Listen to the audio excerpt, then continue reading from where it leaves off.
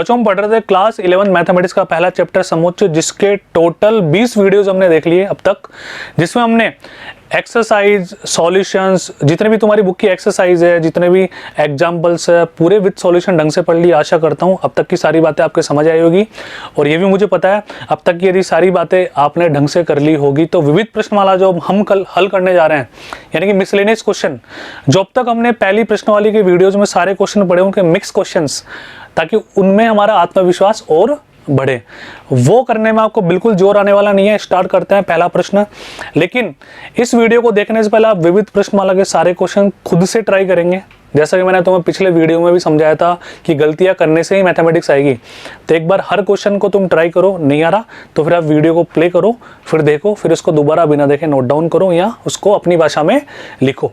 ठीक है बच्चों, स्टार्ट करते हैं। पहला प्रश्न क्या कह रहा है, निम्नलिखित समुच्चयों में से कौन सा किसका उपसमुच्चय है? निम्नलिखित समुच्चयों में से कौन किसका उपसमुच्चय? इसका निर्णय कीजिए। कर लेते हैं निर्णय। x जहां x belongs to real number, यानी कि x से एक वास्तविक संख्या से बिलोंग करता है, x square minus 8x plus 12 बराबर 0 को संतुष्ट करने वाली सभी वास्तविक संख्याएं।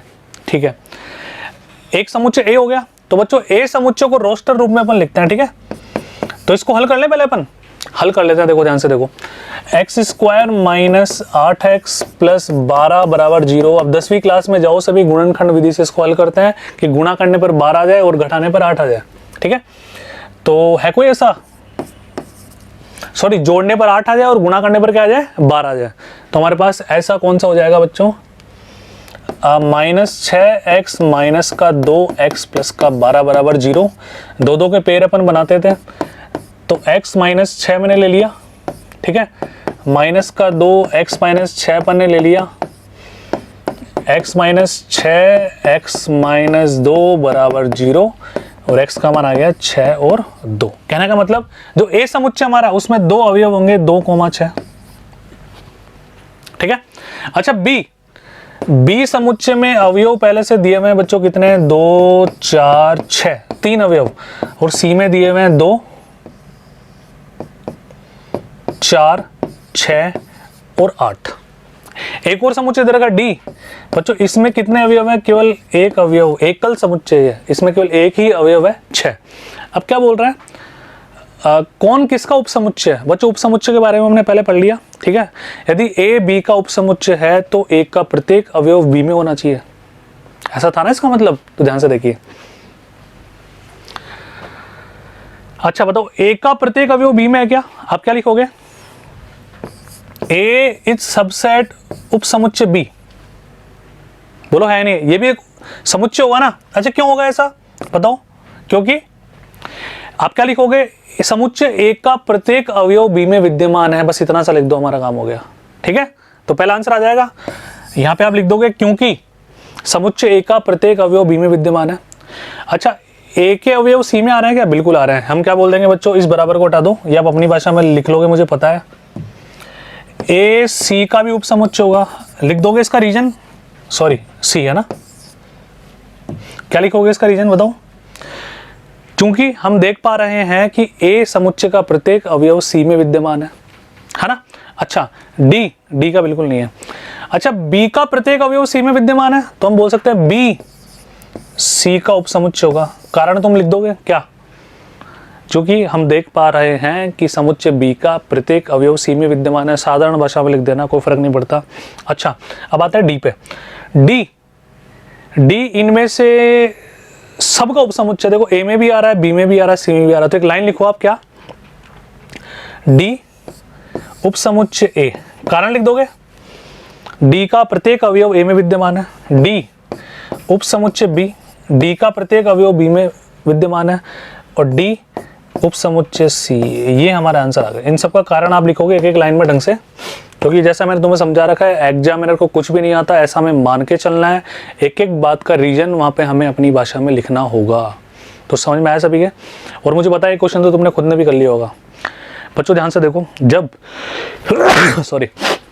जब हम एक्सरसाइज पे आते हैं तो हमेशा एक बात ध्यान रखना, एक्सरसाइज से पहले की बातें उसमें पहले देखो और फिर करो। एक्सरसाइज पे आते हैं हम क्या बोलते हैं, पहले करो और फिर देखो। इस बात को ध्यान रखना, ठीक है। प्रश्न नंबर 2, ज्ञात कीजिए कि निम्नलिखित में से प्रत्येक कथन सत्य या असत्य है। यदि सत्य है तो उसे सिद्ध कीजिए और असत्य है तो एक उदाहरण दीजिए। ठीक है, तो आ जाओ ओपन करते हैं एक बार। पहला क्या बोल रहा है, x बिलोंग्स टू a, एक अवयव a में विद्यमान है। a बिलोंग्स टू b, ठीक है, यानी कि a के अवयव b में विद्यमान है। तो x बिलोंग्स टू b होगा क्या? बच्चों ऐसा जरूरी नहीं है ऐसा होगा, ये झूठ है, असत्य है ये बात। इस बात को अपन क्या बोल सकते हैं बच्चों? असत्य। अब ये मैं तुम्हें समझाता हूं मैंने असत्य क्यों बोला, और प्रश्न में बोला है कि आप असत्य बोलते हो तो उसका एक उदाहरण दीजिए। तो उदाहरण अपन ले लेते हैं ना, माना कि एक समुच्चय मैंने ले लिया बच्चों जिसके अंदर एक अवयव ले लेते हैं, केवल ये एक है ना। अच्छा बी अपन एक समुच्चय ले लेते हैं जिसके अंदर मैंने एलिमेंट बच्चों कौन कौन से ले लिए, बिल्कुल ध्यान से देखना, 1,2। क्योंकि मुझे क्या करना है, देखो ए को बिलोंग करवाना बी से। अब हम बोल रहे हैं कि ये जरूरी नहीं है ना, तो ये अपन चेक कर लेते हैं एक बार। देखो हम देख पा रहे हैं कि x बिलोंग्स टू a, यानी कि 1x हो गया यहाँ पे, बिलोंग्स टू a। ठीक है, अच्छा a बिलोंग्स टू b, बिल्कुल सही बात है, ये भी बिल्कुल सही बात है। डज नॉट इम्प्लाइज, ये इम्प्लाई नहीं करता, इससे तात्पर्य देखो x बिलोंग्स टू b, ये बात सत्य है क्या? क्या 1 b से बिलोंग कर रहा है क्या बच्चों? नहीं कर रहा, तुम क्या बोल देंगे? Does not belong. यानी कि अब दोबारा इसको आप लिखोगे क्या, x बिलोंग्स टू a तथा a बिलोंग्स टू b, इसका तात्पर्य यह नहीं है कि x बिलोंग्स टू b होगा। यहां आप ऐसे भी ले सकते हो, यदि, अर्थात। एक प्रश्न में लिख के समझा रहा हूं, बार बार आपको खुद को लिखना पड़ेगा बच्चों ना। यदि x a से बिलोंग करता है, a बिलोंग करता है b से, इसका तात्पर्य यह नहीं कि x बिलोंग b होगा।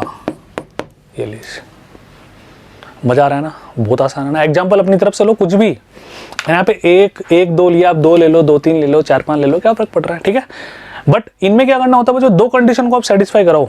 एग्जाम्पल सोचते समय ऐसे सोचना होता है कि 2 सेटिस्फाई कराएं, फिर हम बोलेंगे तीसरा होगा या नहीं होगा, है ना। होगा तो होगा लिख देंगे, नहीं होगा तो नहीं होगा लिख देंगे। ठीक है, चलो दूसरा, ए बी का उपसमुच्चय और बी सी से बिलोंग करता है। ठीक है, तो क्या ए सी से बिलोंग करेगा बच्चों? ये भी जरूरी नहीं है, क्योंकि ए तो केवल बी का उपसमुच्चय है ना, और ये केवल बिलोंग करता है, बी के अवयव सी में है ना। इसका मतलब ये कतई नहीं है, इसका मतलब ये कतई नहीं है कि ए सी से बिलोंग करेगा। देखो एग्जांपल लेते हैं, इधर आओ। ये बात भी असत्य है ना, असत्य। कैसे? एक समुच्चय मैंने ए ले लिया ना, इसके अंदर एक अवयव ले लिया मैंने एक, ध्यान से देखना बच्चों ना। अच्छा बी एक समुच्चय मैंने ले लिया बच्चों, इसके अंदर अवयव ले लिया मैंने 1,2, ए बी का उपसमुच्चय। ठीक है, अब बी को सी से बिलोंग करवाने के बी के पूरे अवयव उसके अंदर होने चाहिए एज इट इज। बिलोंग का मतलब तो ये होता है ना, जब कोई समुच्चय, बच्चों देखो, जब कोई अवयव किसी समुच्चय से बिलोंग करता है तो करली ब्रेसेस, मंझले ब्रैकेट के अंदर जो भी एलिमेंट है, जो भी नंबर है, जो भी अक्षर है, वो डायरेक्ट उस समुच्चय में होना चाहिए जिससे हम बिलोंग करवा रहे हैं।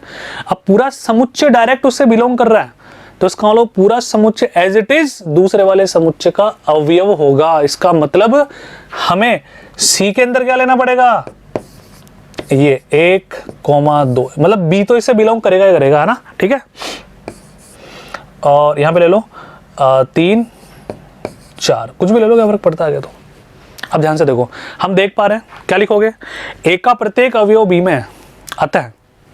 बच्चों बोल रहा हूं, लिखना तुम्हें पड़ेगा, है ना, क्योंकि बहुत बार लिख दिया ना, समझ गए। अब तो चूंकि हम देख पा रहे हैं ए का प्रत्येक अवयव बी में है, तो ए बी का सबसेट होगा, इसका कारण लिख दोगे आप।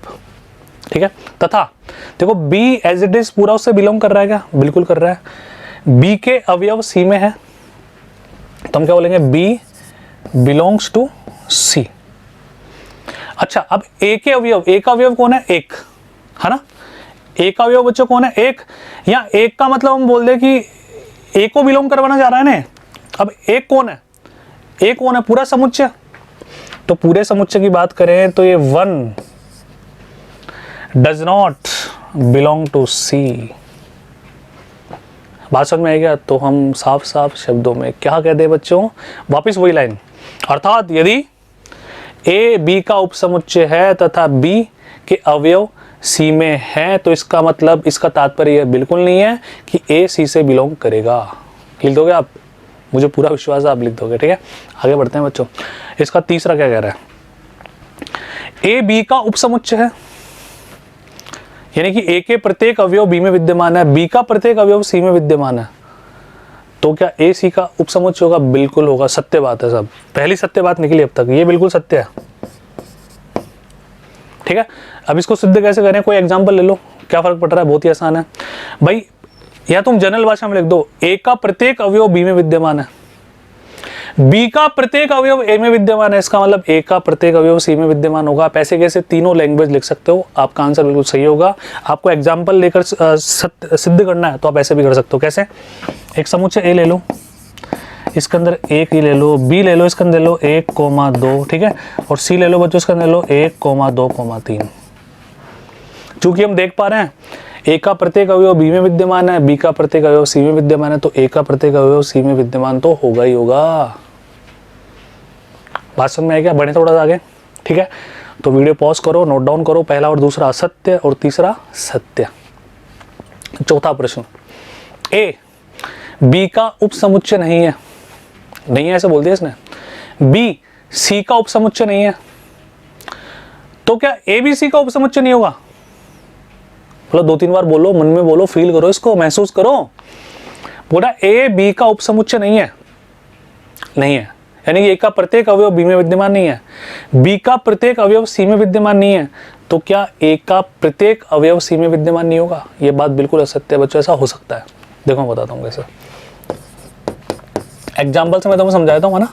अपन समुच्चय ऐसे ही मानते हैं कुछ। ए बच्चों, ए में ले लिया मैंने केवल 1 और 2 ले लिया, ठीक है। बी में ले लिया बच्चों मैंने 3, 4, 5, ठीक है। सी में ले लिया बच्चों मैंने 1, 2, 4, 5। ये लो, मान लिया मैंने समुच्चय। अब ध्यान से देखो तुम एक बार, क्या ए का प्रत्येक अवयव बी में नहीं है? तुम क्या बोलेंगे? 1 and 2 does not belong to B. इसका मतलब आप साधारण सी भाषा में लिखना बच्चों यहाँ पे ना, ए का प्रत्येक अवयव बी में विद्यमान नहीं है, अतः ए बी का उपसमुच्चय नहीं है। पहली बात लिख दोगे कारण, ठीक है। अच्छा, बी का प्रत्येक अवयव सी में है क्या? बिल्कुल नहीं है, क्योंकि 3 डज नॉट बिलोंग टू सी, है ना। हम क्या लिख देंगे? बी सी का उपसमुच्चय नहीं है। अब क्या ए सी का उपसमुच्चय नहीं होगा? ऐसा जरूरी नहीं, क्योंकि देखो ए का प्रत्येक अवयव सी में विद्यमान है। आप लिखो ऐसे। अब नाउ हम देख पा रहे हैं कि ए का प्रत्येक अवयव सी में विद्यमान है, इसलिए ए सी का उपसमुच्चय हो गया। अर्थात क्या लिखेंगे बच्चों? अर्थात यदि ए बी का उपसमुच्चय नहीं है, बी सी का उपसमुच्चय नहीं है, तो ये जरूरी नहीं, इससे तात्पर्य नहीं है कि ए सी का भी उपसमुच्चय नहीं होगा, जैसा कि हमने यहाँ पे प्रदर्शित किया। तो ये बात असत्य हो गई। अरे समझ में आ रहा है ना एग्जाम्पल कैसे लेने होते हैं? अब तो मतलब बच्चों 20 वीडियोस देखने के बाद तो दुनिया इधर से उधर हो जाए एक चैप्टर के, पर ये वादा है कि अगर आप ढंग से देख रहे होंगे ना, बिल्कुल दिल से, एक भी वीडियो को आपने स्किप नहीं किया होगा, उसको ड्रैग करके आगे फॉरवर्ड नहीं किया होगा, बिल्कुल पेन कॉपी लेकर बिल्कुल तमीज से घर बैठे बैठे पढ़ रहे होंगे, तो आपको कहीं जाने की जरूरत नहीं है, सीधा एग्जाम देने जाना, ठीक है। अब पांचवा प्रश्न, x belongs to A, x का संबंध ए से है पूरा, ठीक है। ए सी का उपसमुच्चय नहीं है, ए सी का उपसमुच्चय नहीं है, तो हमें क्या बताना है कि एक्स क्या बी से बिलोंग करेगा? क्या एक्स बी से बिलोंग करेगा बच्चों? ये भी जरूरी नहीं है, असत्य है। बताता हूं कैसे। एग्जाम्पल लेते हैं, रुको बच्चों। ये ऐसे प्रश्न करने से ज्यादा कॉन्फिडेंस बढ़ता है समुच्चय में।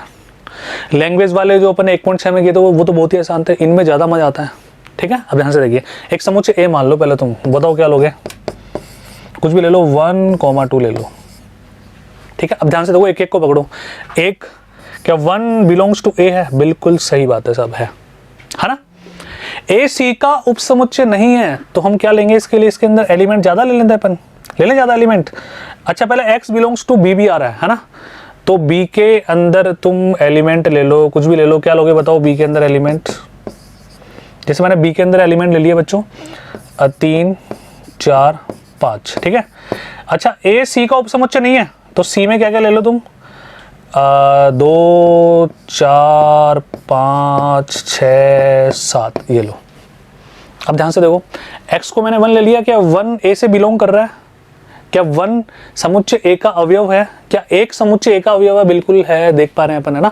अच्छा, a c का उपसमुच्चय नहीं है, क्या a c का उपसमुच्चय है? क्या a का प्रत्येक अवयव c में आ रहा है? क्या बिल्कुल नहीं आ रहा है सर। हम देख पा रहे हैं कि 1 does not belong to c, तो हम क्या बोल देंगे? a c का उपसमुच्चय नहीं है। तो क्या इसका मतलब x बिलोंग्स टू b करेगा? इसका मतलब क्या एक b से बिलोंग करेगा क्या? अरे बिल्कुल नहीं करेगा, इसमें तो क्या है सर, को जरूरी नहीं करे, है ना। तो हम क्या बोलेंगे? 1 does not belong to b। अब अर्थात वाली ना आप लिख दोगे, मैंने पहले में समझा दी थी। क्या लिखोगे? अर्थात यदि a b का x बिलोंग्स टू a तथा a c का उपसमुच्चय नहीं है तो ये जरूरी नहीं कि x b से बिलोंग करे, यानी कि x b का अवयव हो, जैसा कि हमने देखा। अब देखिए तो उसका छठा क्या कह रहा है? a b का उपसमुच्चय, a b का उपसमुच्चय है तथा x b का अवयव नहीं है और x a का भी अवयव नहीं है, तो भी तो बिल्कुल सत्य बात है बच्चों। देखो ध्यान से, ये थोड़ा एरर है इसमें, इसको हटा देना आप। ध्यान से देखो, हमें पता है a b का उपसमुच्चय है, तो हम क्या बोलते हैं? ऐसा बोलते थे क्या अपन कि x बिलोंग्स टू a, इसका तात्पर्य x b से भी बिलोंग करेगा? बोलो हाँ या ना। अब इसका उल्टा बोल रहा है, हम क्या बोलेंगे? तथा यदि, तथा हम क्या बोलेंगे? x does not belong to b, इसका तात्पर्य बच्चों क्या होगा? x does not belong to a भी तो होगा। यानी कि दोनों बातें एक साथ, या तो दोनों ऐसे हो या दोनों ऐसे हो, ठीक है। चलो बच्चों, विविध प्रश्नमाला के 2 प्रश्न हमने कंप्लीट कर लिए। आप इनको ढंग से पॉज करके नोट डाउन करेंगे, फिर अपन चलेंगे तीसरे प्रश्न की तरफ। उससे पहले आप तीसरा, चौथा, पांचवा, ये जितने भी प्रश्न है सारे ट्राई करो, फिर वीडियो देखना। मिलते हैं अगले वीडियो में। Thank you so much, bye bye.